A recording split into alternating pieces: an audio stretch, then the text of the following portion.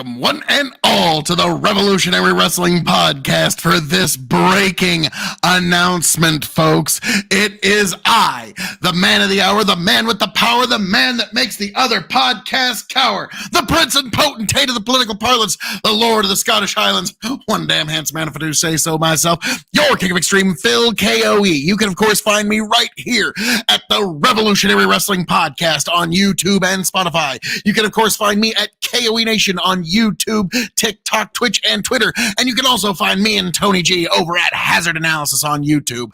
And speaking of which, I am joined this evening for this breaking news announcement with my indomitable broadcast partner, the one, the only, the quadruple distilled, non-chill filtered, and reigning, defending 15-time Revolutionary Wrestling Podcast champion, Tony fucking G. You can find me on all the socials and podcasts that I go by week to week to week to month to year at Linktree/Tony the Rod. And tonight we are here to talk about the breaking news that happened earlier today. Holy crap, it's pretty big. So we're going to talk about that, and we are right on the heels. This Saturday, the WWE Royal Rumble, which is always special for us because that's where we started doing this show back in, I believe, 2018. So, good God, it's always a momentous occasion. And it's the halcyon days of yore. And it's the one big show Phil and I have gotten to see in person back in 2020. So the Royal Rumble is here, and which means we're on to the road to WrestleMania. But first, we've got some stuff to talk about. Big moves happening in the world of professional wrestling, Phil. That they are. Here is the big headline to top the hour here, folks.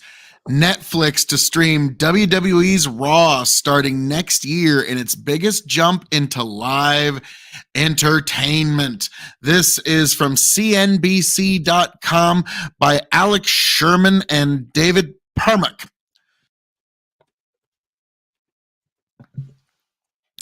And the article reads, Netflix and TKO Group Holdings said Tuesday that the streaming platform will air WWE's flagship program, RAW, starting next year in Netflix's first major foray into live sports.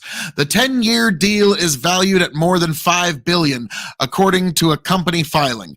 Netflix will have the opinion to exit the deal after 5 years and to extend it for another decade. The streaming platform will be able to stream RAW globally and will start the agreement with exclusive rights to it in the United States, Canada, UK, and Latin America. Netflix will also become the home for all WWE shows and specials outside the US, including SmackDown and NXT, as well as WrestleMania, SummerSlam, and Royal Rumble? I'm going to read that sentence again. And Netflix will also become the home for all WWE shows and specials outside the U.S., including SmackDown, NXT, as well as WrestleMania, SummerSlam, and Royal Rumble. Okay, so if you're outside the U.S. and you don't have access to Peacock, this is how you're going to be able to access. So you and I, not much is going to change for us. Okay, other than where RAW is. And here in the United States, how we get SmackDown, that is to be decided. I bet they're trying to see if they can get that onto Amazon or something. The article continues. TKO shares spiked more than 15% following the news and a separate announcement that actor and former wrestling superstar Dwayne Johnson would join its board of directors. Netflix share rose about 1% ahead of the company's fourth quarter earnings report after the bell Tuesday. Netflix, which is trying to drive revenue by cutting down on subscription sharing and pushing viewers towards its ad tier membership, has made few attempts at live programming in its history. Adding RAW, which currently airs on USA Network and produces 3 hours of live programming per week year-round, to its programming lineup will be a boon to the platform and a significant historical shift for Netflix. Quote, "This is a super game changer," end quote, said TKO President and Chief Operating Officer Mark Shapiro in an interview. When you look back at the chapters of sports media history, new chapters are driven by extraordinary new paradigms. storylines. ESPN and Turner bringing NFL to cable in 1987. Rupert Murdoch bringing football to Fox in 1994.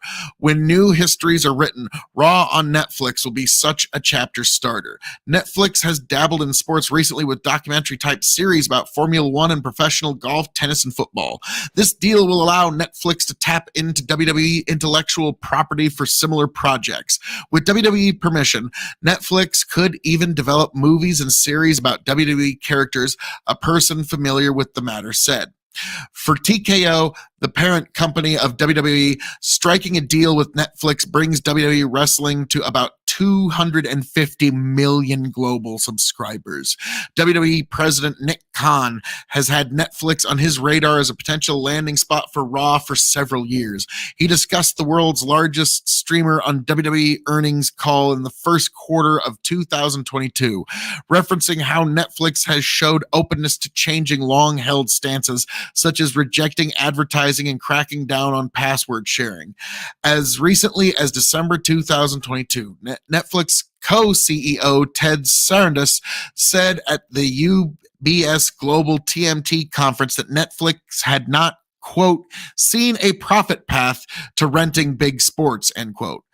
New quote, Netflix is willing to make adjustments and revenue positions when it identifies an issue, end quote, Khan said back in 2022. Just a little bit left in the article, folks. Choosing Netflix, TKO held discussions with other media companies but zeroed in on Netflix in December, according to people familiar with the matter. Netflix global footprint, which outreaches every other streaming service, was a key draw for WWE, Shapiro said. Quote, this is one of the greatest entertainment platforms in the world, end quote. Shapiro said on Netflix, quote, it has marketing you can't even comprehend. It has positioning that's unparalleled in terms of what they do on their front page, end quote. Netflix announced earlier this month it had 23 million monthly active users for its advertising tier, which the company launched in November of 2022. Matches will be subscripted around commercial breaks to satisfy ad-free customers who will see continued action from live matches that aren't important to the outcome, such as wrestlers in a sustained headlock, according to a person familiar with the matter. Okay. Raw is the top program of the USA cable network, drawing 17.5 million unique viewers per year. The company said, Shapiro said Amazon's ability to stream Thursday Night Football this season without a glitch and Peacock's recent success streaming a National Football League playoff game gave him confidence Netflix will be technologically sound streaming Raw, even if it hasn't done anything like this on a consistent basis yet. Okay, so there we are, folks. That is, there's some key takeaways in this article that were kind of hidden in all of that. Like I kind of heard you kind of like, I was like, whoa. When we let's get right to the part where it talks about WrestleMania. Yeah, right here.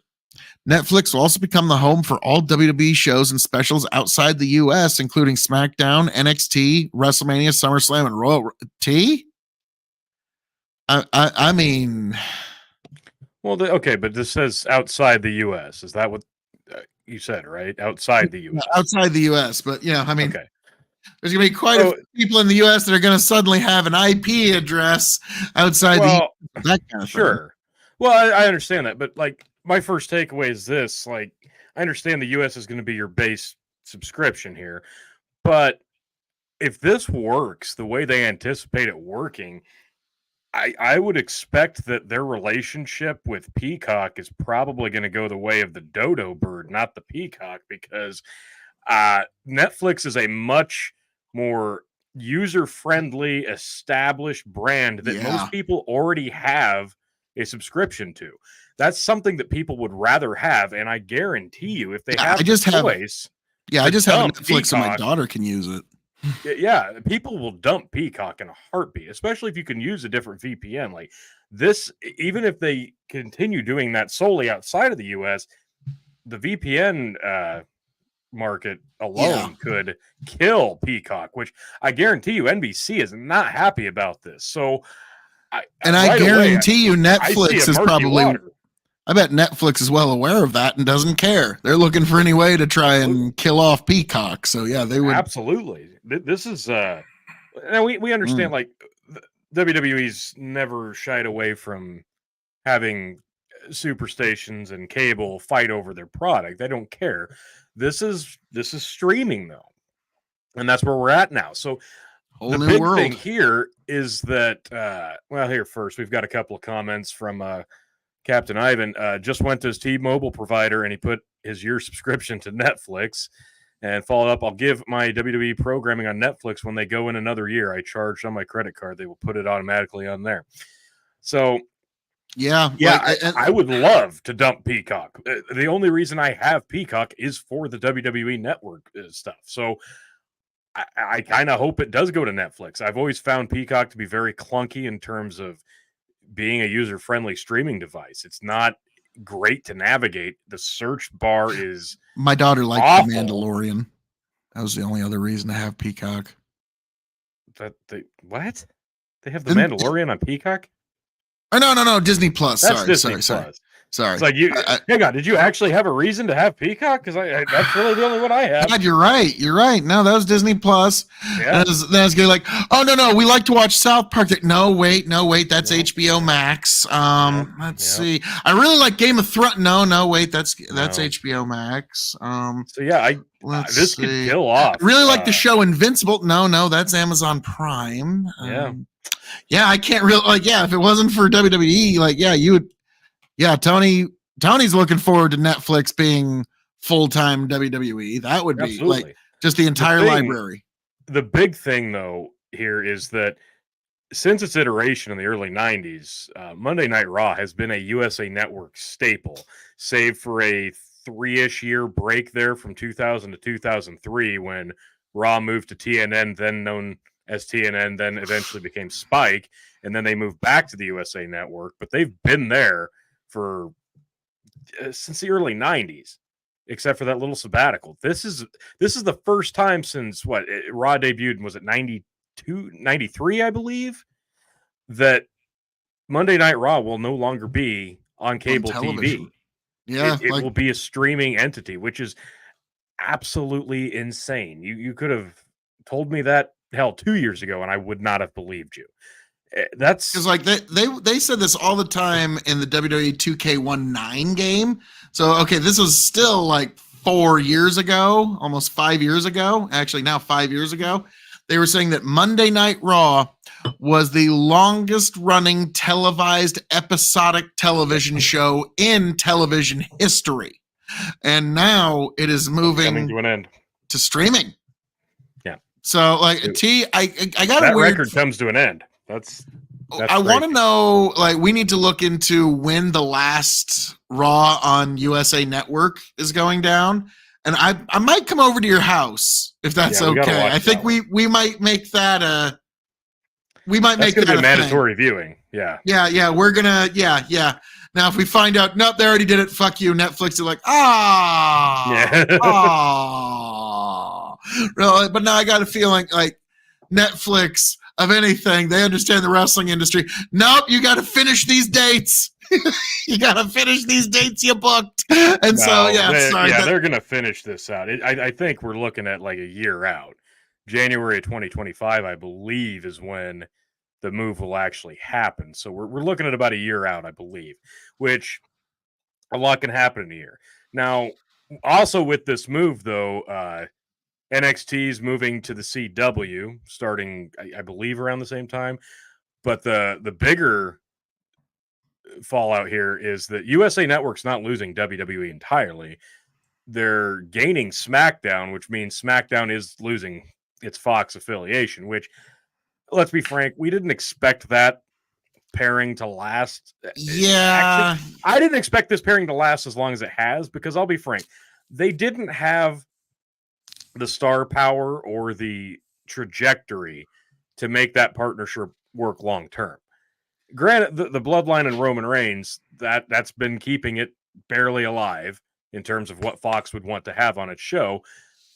But it was still the Vince show. And now that Vince is no longer the head of creative, I feel like the pairing was a little bit premature. Had they waited another 3-4 years, and now you get into the Nick Khan, Paul Levesque era, I think it would have Now, been a much better here's fit. the thing So now that I think this is going to be a bit different. So let's see what they do with SmackDown, because now this is the big thing. The handcuffs can come off.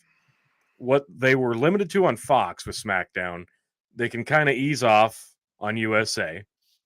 And the restrictions that TVPG Monday Night Raw on USA had, that can change big time on a streaming service like Netflix. So in terms of product, we've got a year to see where it's going to shift into and what could happen a year from now when it does make the shift. The tone could change drastically. Yeah, that is a very, very big thing to because I'm going to keep Captain goes, I'm going to keep my Peacock app because it has the old shows on there, Return of Saturday Night Live, and some sports on there. Yeah, that's about it. That's about it. Because now, Tony, one thing you need to keep in mind though, and everybody, Nick Khan, Paul Levesque, everybody within TKO needs to be worried because there's a potential of Vince to come back. I don't know if you heard about this. That's always possible. He shaved his mustache. Oh shit. Yeah. Yeah. I mean, he's fucking serious now, man. The genetic jackhammer could come back at any time. Any minute. Yeah, he's going to come strutting down. No chance, because that's what you got.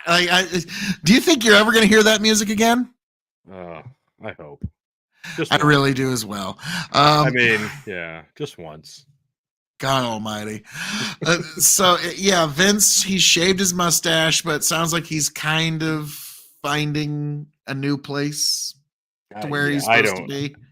I don't know.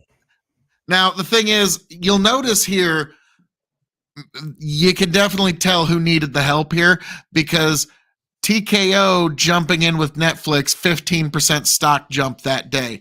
Netflix mentions one of their many acquisitions, 1% stock jump that day. Yeah. It's a different world you're getting into, and now unfortunately, everybody whoever got that, we're a publicly traded company, pal. It was all leading up to this. And so there's mergers and acquisitions, folks. It's what makes the world go round. Well, yeah, but you're also looking at we're talking about Netflix, which has been one of the most recognizable brands just in terms of brand for the last 20 years ish, versus TKO being something that hasn't had a year under its belt yet. So of course the jump in stock there alone, obviously the pairing is going to benefit a little bit, Tony, but keep in mind UFC was founded in 1993 by the Gracie family. And what a runaway success it was in 1990. No, hang on here, T. Just listen to what I'm saying here. WWE was the pro wrestling juggernaut from the 80s, and I think Raw actually even started a little earlier than 93 because I think Raw was already well on the air when UFC debuted. I'm thinking it's almost the 80s. We're going to be kind of shocked. No, it was not the 80s. No, because it was 1989. It was January 11th, 1993. There you go. Okay. So, wow. UFC had its first pay-per-view before Monday Night Raw ever got started. Yep. But so they both kind of got started in 93. Both grew to these giant juggernauts. And little did they know, the people that were sending you DVDs through the mail would someday own it all. Think about that. They were the people sending DVDs to you through the mail, T. Yeah, and to think that Netflix offered to partner and have Blockbuster become their parent company, and Blockbuster turned them down. Adapt or die. But So I do find that a little strange, and I don't know if you ever seen that meme about a lady explaining to her kids how Netflix used to work, and her daughter gets like a cane, like an old. When I was a little girl, they used to send the internet through the mail. I'm like, oh, that hurt. That hurt, you little brat. But now there's another piece of. Well, before we move on to that, like I just want to mention something that article said that you and I would have like nerded out over to like the umpteenth degree. If you have the ad-free subscription, you can watch the rest holds, and you can watch them just like, oh, my aching back at the ringside. And I think you and I would have probably like lost it for that ability during the Attitude Era. When you mentioned that on the article, the funny thing is like when we had the pandemic era and we were doing the empty arena shows and they started running the live shows out of the performance center, and the TV production was obviously very, very limited in terms of all hands on deck, right? And there were a few instances where the matches stopped because the TV airing stopped and you got to see what they were doing in between commercial breaks. Well, there's no audience, so they stopped wrestling. And they kind of got chastised for that. What are they going to do? Wrestle for nobody? Wrestle for no TV? And get hurt? Boy, that'd be smart. But now, this is the big thing I have with that. If there's no commercial breaks, does Raw still need to be 3 fucking hours long? Because even with the commercial breaks, it didn't need to be 3 hours long. Okay, they could have. This was always the big thing. Every time I'd say they need to cut back an hour, and this would be a much higher quality show, and everybody said, "No, you can't do that." Well, why not? Because the TV stations and the channels and USA Network, they pay for that time. Yes, they do, and now they don't. And Netflix can pretty much have whatever the fuck they want out of this deal. Does Netflix want 3 straight hours? Because obviously it's going to be available for replay, I would assume, right after it airs anyway. Do you really need 3 hours? I was about to say, well, this offers something that everybody's always really wanted, and that is, hey, I can watch Raw on Tuesday, which is something you haven't been able to do for decades. Well, yes, you can if you've got fucking DVR streaming where you can record the show. Yes, you can. Yeah, but now everybody's on streaming services and nobody wants to save anything. Right. Well, that was the nice thing about some of the, like, that's why I use YouTube TV. You can record whatever it is and then watch it as you want. And especially with Raw, when I would actually watch Raw, which is something that's a fucking slog more times than not, because it's 3 hours and a lot of commercials and a lot of filler.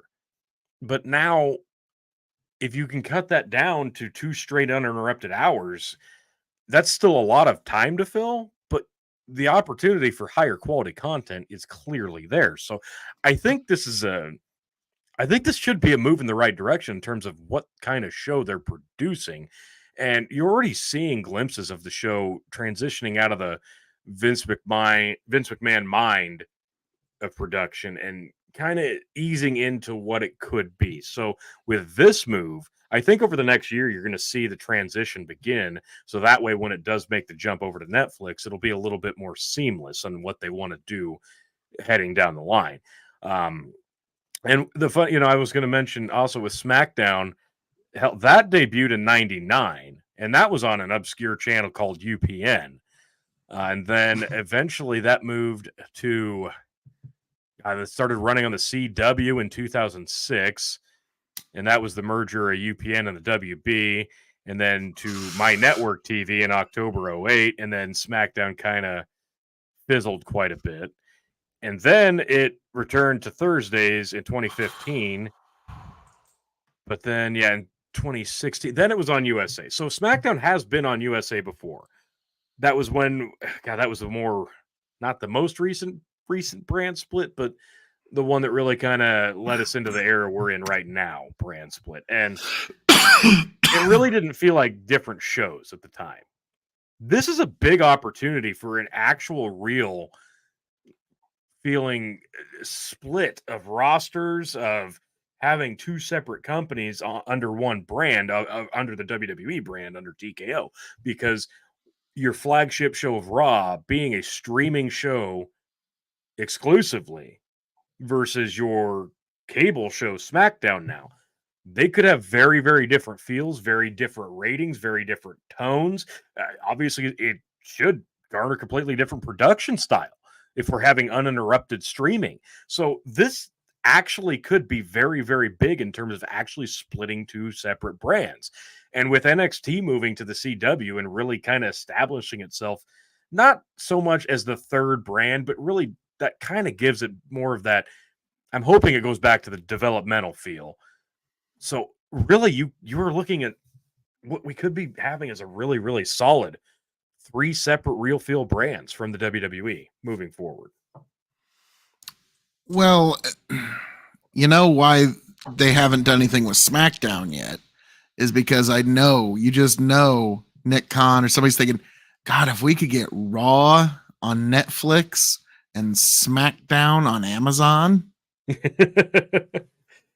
We really did the tech hat trick there, didn't we, boys? Yeah. Like, I mean, that's when you really cling the glass, like, because they got $5 billion for Raw for a 10-year deal where they can either re-up in 5 or extend, or they can cut it off in 5 or re-up it for another decade at that point. Yeah. And if they could get another $5 billion for SmackDown and then fucking like $800 million for Netflix for NXT anywhere. Who cares? Like literally, like that's just if you can get anybody to take, like you could probably just throw in NXT into Amazon Prime just to sweeten the deals. Like, okay, all right, fine. And we'll throw in NXT too. And there you go. You got the $5 billion deal done there too. Like I'm betting that would probably actually, like if you're Amazon and you just got jilted in this deal, because, yeah, they're going to make USA Network happy for a minute. But USA ain't got Amazon money. Right. Like, I mean, dude. Of course not. And, like, only Netflix had Amazon money. Yeah, I don't know if they want to sever ties completely with cable yet, though, because I understand streaming is kind of going to be the be-all, end-all. If WWE severed ties with cable, I would sever ties with cable entirely altogether. I think a lot of people probably feel that way. I might not even trip over a cable again. No, that's not true. True. I've got an Ethernet cable. Yeah, like, no, that's like, this is great because, like you said, here's another thing, T. Like, you know me, sometimes I work late and Raw's already half over by the time I get home. And I didn't feel like taking up any DVR space. And so I was like, fuck it, I'll just catch it next week. Right. Like now that's on Netflix, you can catch it or say you're a night owl and you want to start watching it at 10 o'clock at night. There you go. Like that's huge. That is a huge thing that's the one piece of content that we've all liked that seemed to be immune to that. It's kind of like AM radio. Mm-hmm. Like there was a handful of performers like Rush that kept AM radio alive. Now it's like, but Monday Night Raw and football are the things that are keeping cable alive. Like it's the minute the NFL and college football is not like, that's it. That's that there's no, like having a cable show will be like on, like, you remember the old cable access shows, like the local, like the local. Hey, how are we doing there, Pittsburgh? Like, that's where television's going, folks. Hardly can, like, AM FM radio is only held up because automobiles. Well, if it wasn't for the automobile, AM FM radio wouldn't even be around anymore. Like, and so. There's certain captive audiences. So this is a huge shift because wrestling fans are creatures of habit, but this is one that will shift their habit. Okay. Like, I want me my Monday Night Raw. I'll go to Netflix to get it. Okay. Well, the other thing though is what kind of impact does this have on like I said, you're looking potentially at a very distinct branding between shows, potentially between rosters, and you really might have a point where the brands actually don't all feel like this is all WWE. I'm actually watching Raw, and it feels like I'm watching Raw. I'm watching SmackDown. This is an entirely separate brand because that's what they've always wanted, but they've never really taken the handcuffs off in terms of allowing themselves to get to that point. They've always tested the waters and teased it, like when, oh, we were totally going to make Nitro a thing, and then they didn't. Oh yeah, the brand splits happen like 3 times and then it doesn't. And it's never felt truly like having separate brands. This has the potential for really truly having it. So what kind of impact does this have on the company in terms of not just branding, but what kind of shift does this make on storytelling, on the trajectory, on what kind of people they want to have showcased on their shows? Like this could change a lot of ways you perceive the WWE, which we have seen a lot of shifts happen in the WWE over the last 10 years. I feel like this could be pretty big in terms of what kind of content they're putting out. So this is going to have a big impact on storylines. Look at the big difference you're having here, though, because USA Network, not bad. They reach 17.5 million unique viewers a year. Not too bad. Respectable. Mm-hmm. Netflix is in 250 million homes. Okay, like it's like, so what impact, like Tony, you're going to see entirely different, very character driven stories because like violence only has so much appeal. This is something I learned in my cage fighting days. Okay. And like you go to a party, T, and you remember in college to go to parties, and once in a while there'd be a fight that'd break out in the middle of the party. And there'd be a thing that happened, and I'd always notice. There'd be a couple of people that'd be like, yeah, like way into it, like practically ready to jump in. Okay, they're in. And then there's some folks that hang back and watch the party, and that's about 40%. And then there's about another 30% of people that I want to get the fuck out of here. I don't want anything to do with this. I'm getting as far away as I can. And so fighting and like violence has an appeal, but it has a ceiling for how far it can go. Like UFC, it has an appeal, but it's only going to go so deep into society. There's only so many people that are ever going to care.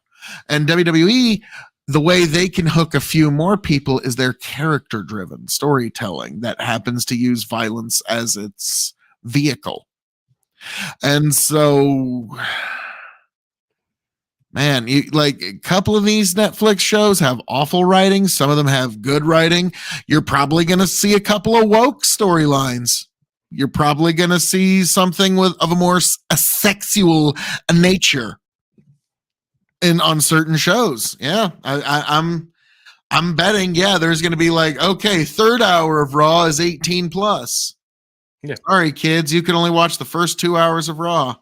And the third hour of Raw, there was a titty somebody wasn't ready for.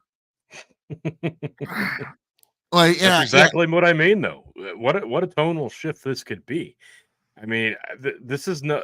Literally, the feed will shut down for the kids who are the feed will shut down at the second hour for the kids who are under 18, and then plus 18, you might hear the fuck word one time.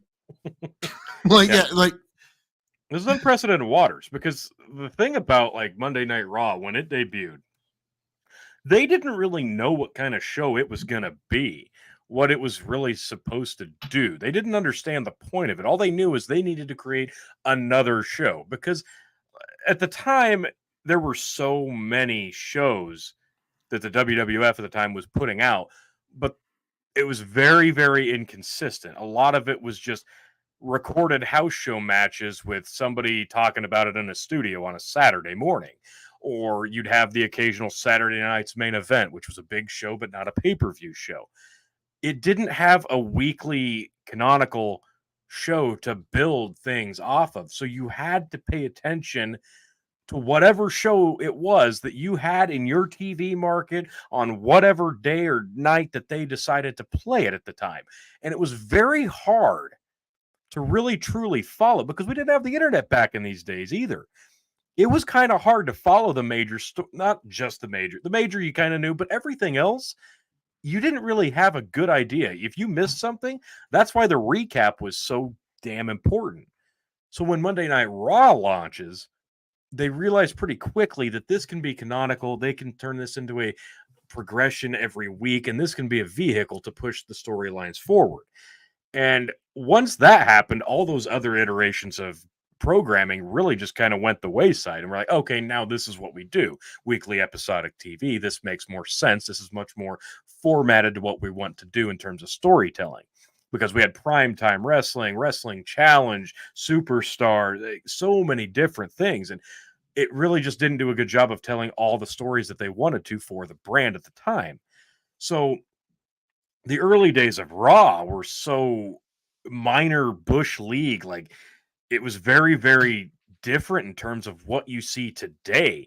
It's a massive extravaganza. There's fireworks, there's large crowds, there's superstars aplenty, there's advertising out the ass. In the early days, you might get Hulk Hogan once every couple of months for an hour-long show with some neon lights, a crowd of like a couple thousand people in the fucking old ECW arena, and it wasn't really anything to write home about. But that's where we are now, 1993 to 2025, when this thing launches onto Netflix. It's pretty crazy to think of where Raw started to where it's going now.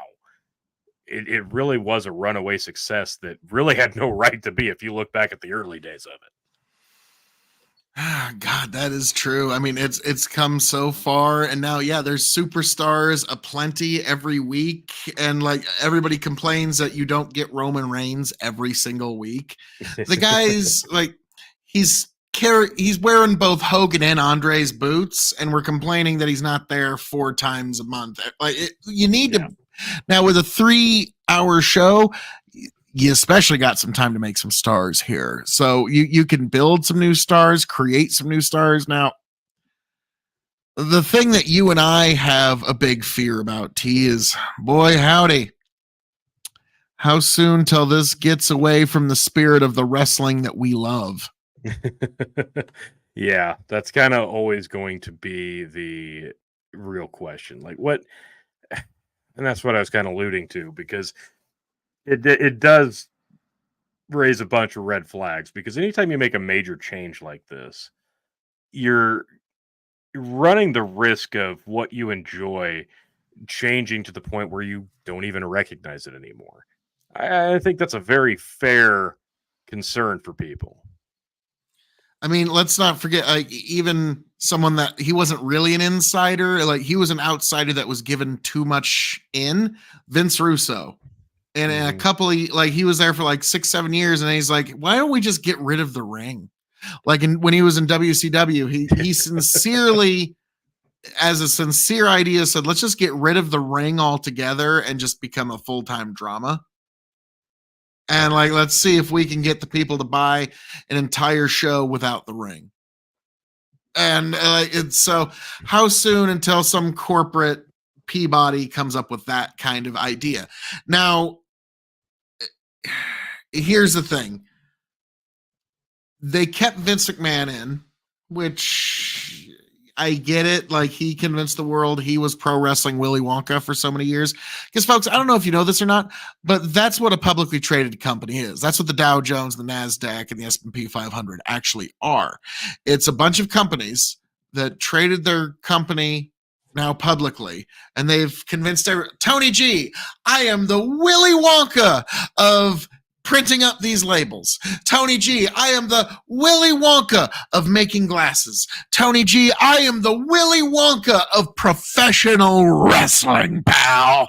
And he was able to convince the world he was pro wrestling Willy Wonka.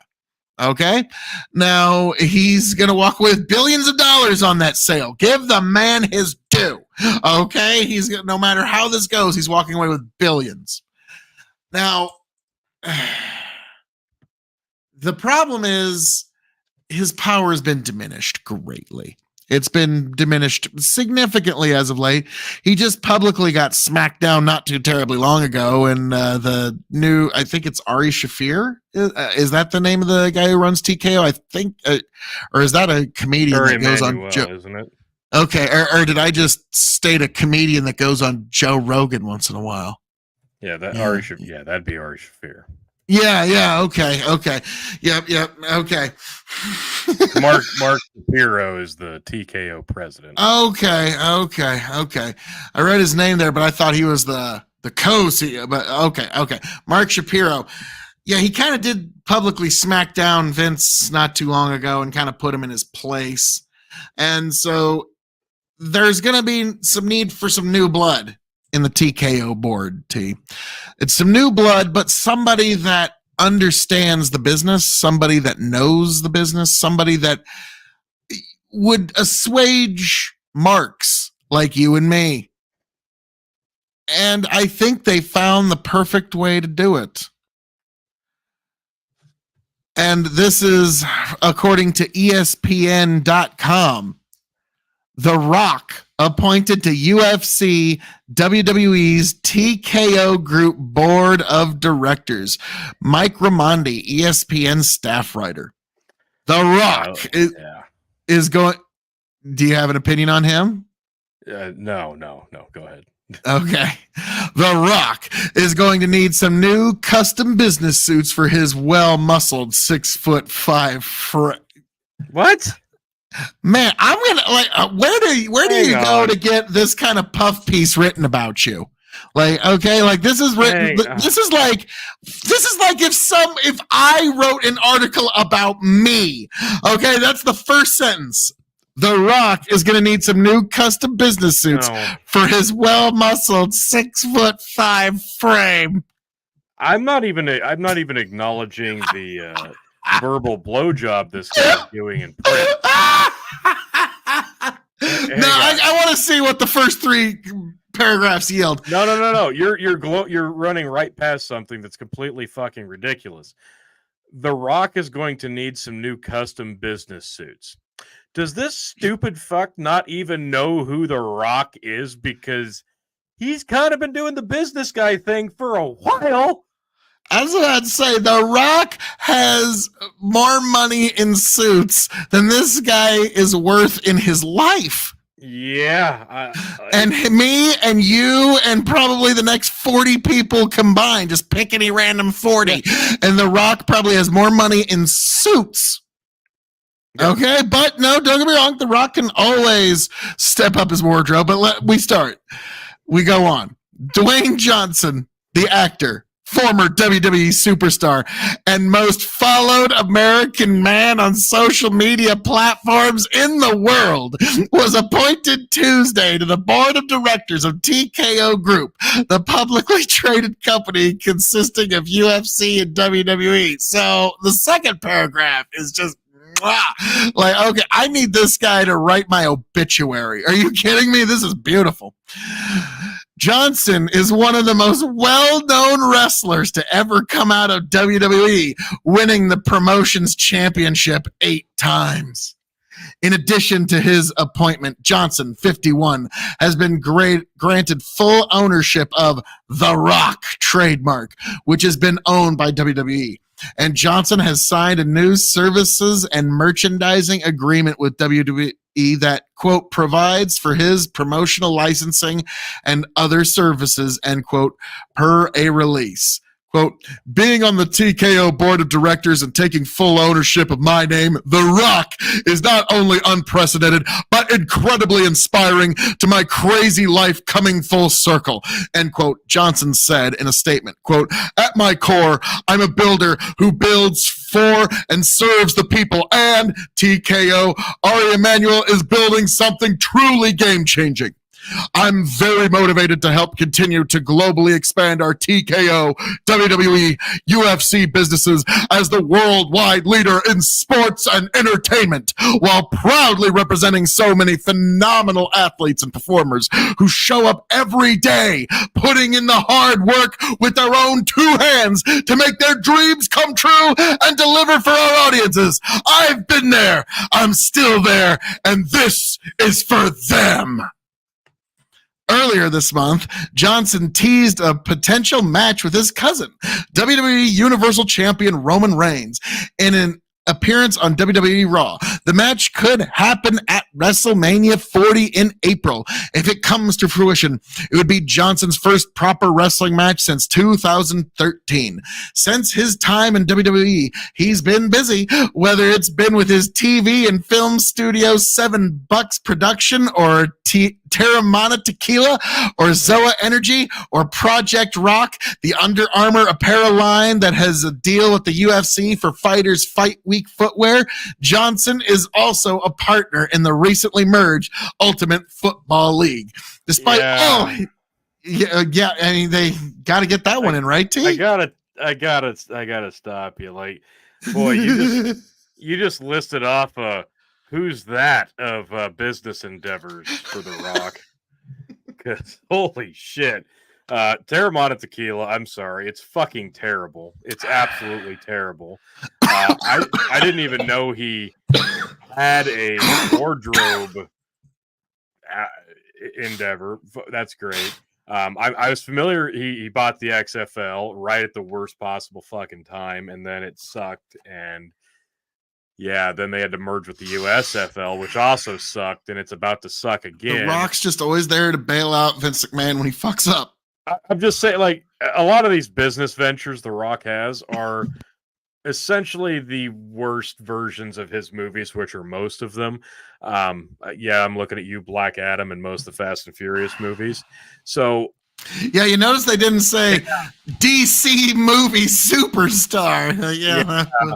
I don't know. I don't think he's an idiot. I think he's a very smart businessman. I just don't think he knows which businesses to get into. You would think that this would be the perfect fit for him, though, right? Like, this has to be. I mean, if he can't pull this off, then literally nobody can. John Cena's really hoping he pulls this off because Cena's like, well, shit, I got a job. Yeah. Because that's really what he wants. He's just going to try to get the job really so he can just get his name back. No shit. Like, it's like, fuck it. I'll do the job for 3 or 4 years if I can just have my fucking own God-given name back. Dicks. Yeah, I'm sure he doesn't think that ever.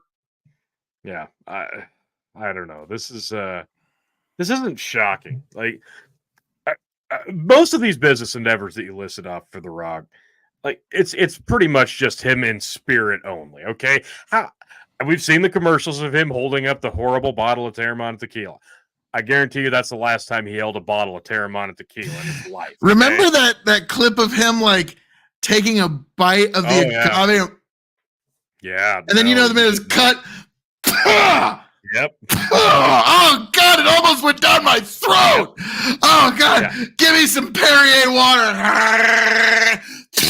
Oh God! Exactly. Oh.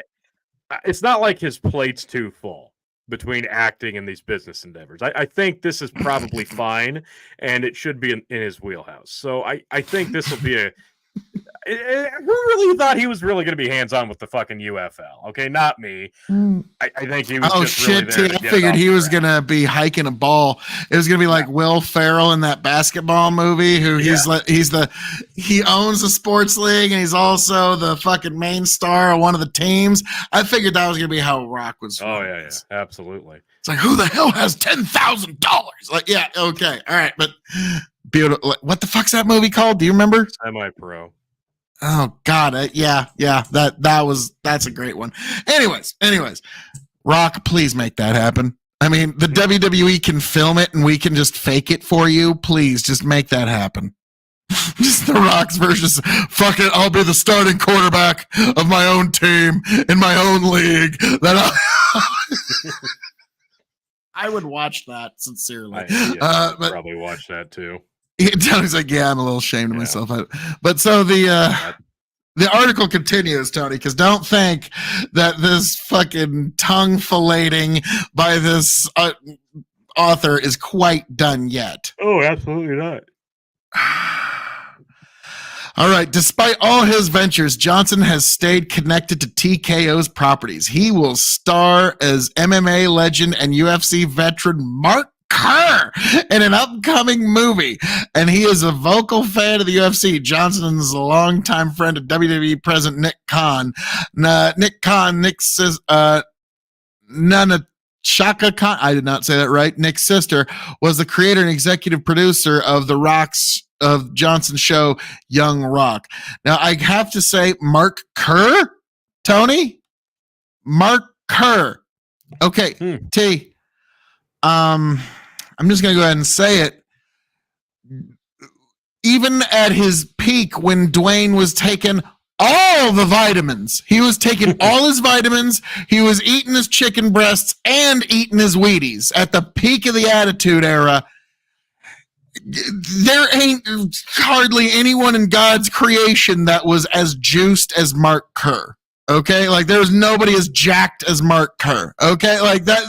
The Rock is one of the few people that could even give you kind of a fuzzy idea. But like, dude, Mark fucking Kerr, like that dude. Like, okay, T, I'm just gonna say something here. Mark Kerr's roids took roids. Okay, Tony will get in trouble, not me. Don't worry about it. But yeah, that's kind of like, I mean, Mark Kerr, like if you had no idea, like he looks like if DC Comics had made a supervillain that was like designed to fuck your girlfriend. it would be Mark Kerr. Like, yeah, so yeah, that's how you would look at that. So The Rock is starring as Mark Kerr. That's interesting. All right. I always thought, yeah, that it'd basically like be if like Bane took the mask off and it kind of looked like The Rock. Yeah. Now, here's a good one. Very few people on the planet understand the convergence of sports, entertainment, media, and business like rock. TKO Executive Chairman Vince McMahon said in a statement, "We are proud to have him join the TKO board to help take our company to new heights, pal." I added that. The Rock name comes from Johnson's original name in WWE, Rocky Maivia, which was a tribute to his family. Johnson is a third-generation professional wrestler. His grandfather was High Chief Peter Maivia, and his father was Rocky Johnson, who was the first black champion in WWE history, winning the tag titles of Tony Atlas. Both are in the WWE Hall of Fame.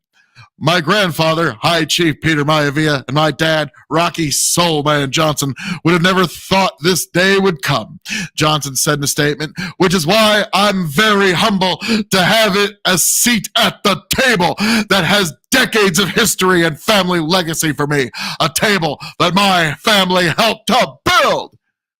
The TKO Group board will expand to 13 people with the appointment of Johnson and Brad Keywell, the CEO of artificial intelligence company Uptake Technologies.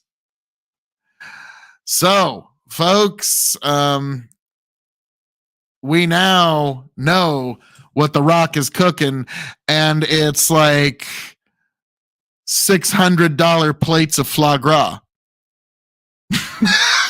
Like, yeah, that's what the and he ain't cooking it neither. He's going out to eat that night, and it's getting all prepared for him with all like the like the flaming dish and all that crazy stuff. And the Rock meal preps, Phil. Come on. Oh yeah, he's going to Walmart. He's buying the Tupperware. He's buying the bag of boneless chicken from the freezer section. Yeah, he's meal prepping. Here's the thing. It'd be a little strange, but no one would be even a little surprised or question it if The Rock had someone on his payroll that's only job was to just wipe his ass. So he don't even have to wipe his own ass when he's done shitting. Okay? And that's this person would want to do that job. Oh, shit. Are you kidding me? There's people that'd be able to retire in their 40s on that job. Okay, shit. And so we would all think that's a little weird, but if we knew this is Steve, he's The Rock's professional ass wiper, we'd be like, oh, shit, I mean, bet that pays pretty well. You have no idea, man. So that The Rock is cooking with gas right now, and he's got as much power as Vincent Kennedy McMahon. Like, this is like when Ric Flair bought Stephanie and Shane's stock. Remember that, T?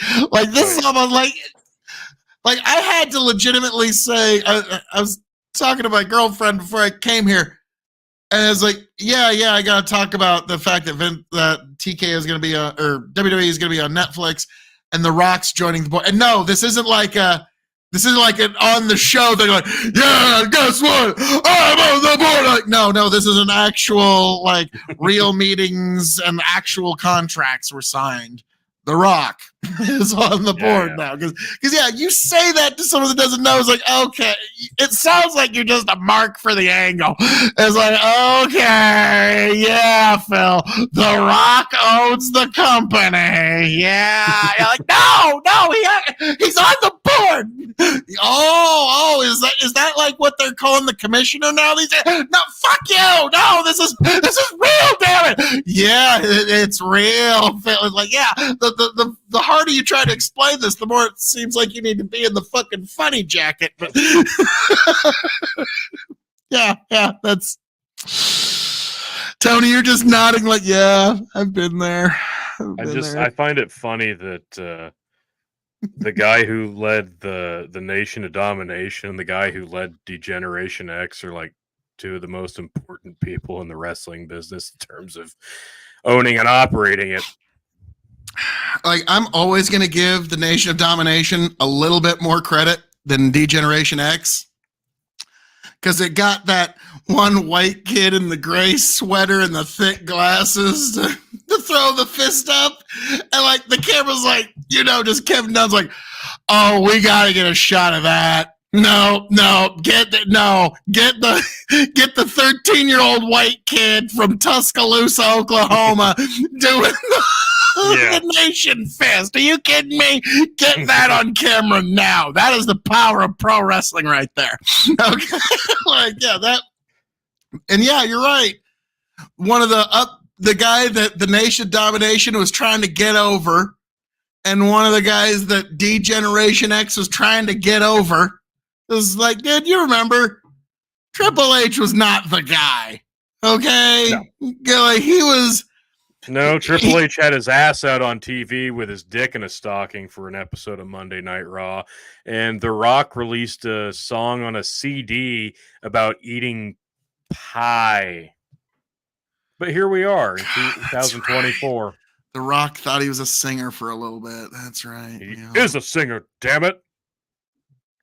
Yeah, and he's got that other rap song that came out that people were using in TikToks for a little bit. Yes. All right.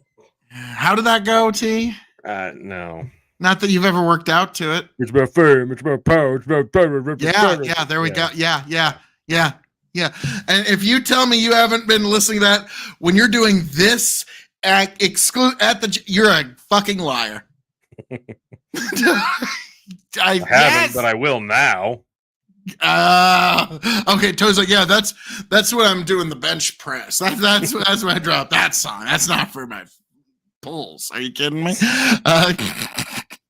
Oh, God almighty. So The Rock says, know your damn role. In that company, you better know your damn role there, T. So, Tony G, wow. I'm curious. Now, before we go, this coming weekend is the Royal Rumble. Yes, and folks, if you want to know your predictions and your watch-alongs, you're going to have to go to Revolutionary Wrestling Podcast on YouTube, folks. We're going to get into those predictions sometime this weekend, and we're also going to do the live watch-along is the big hope. If nothing else, you will get a review, folks. This is going to be a big weekend for Revolutionary Wrestling Podcast, KOE Nation, Big Buck and Empire, all the places you can find your KOE content. Folks, Tony G, anything you'd like to say to the folks? before. Yep, it's 2024, and we are kicking off the road to WrestleMania with the Royal Rumble live this Saturday. So, yes, hopefully tomorrow night or Friday night, we will get out our predictions and our preview for the Royal Rumble. Look for that. Like Phil said, hit subscribe on the Big Bucket Empire on Facebook, and of course, the Revolutionary Wrestling Podcast on YouTube, so you can join and watch along with us as we run down the card and give you our previews and predictions of all the matches, and expect to see what happens and see me hopefully retain this Revolutionary Wrestling Podcast Championship heading into WrestleMania. But all that being said, thanks for watching, and we will That's catch my you on the line, next one. T. Sorry, you had it. All that being said, it just wouldn't be proper. Thank you for joining us here at the Revolutionary Wrestling Podcast, folks. You can find me, of course, at KOE Nation on YouTube, TikTok, Twitch, and Twitter. Folks, raise a glass to yourselves. I hope all of you find yourselves back here at the Revolutionary Wrestling Podcast. Happy, healthy, much the wiser. God bless. Travel well. T, take it away.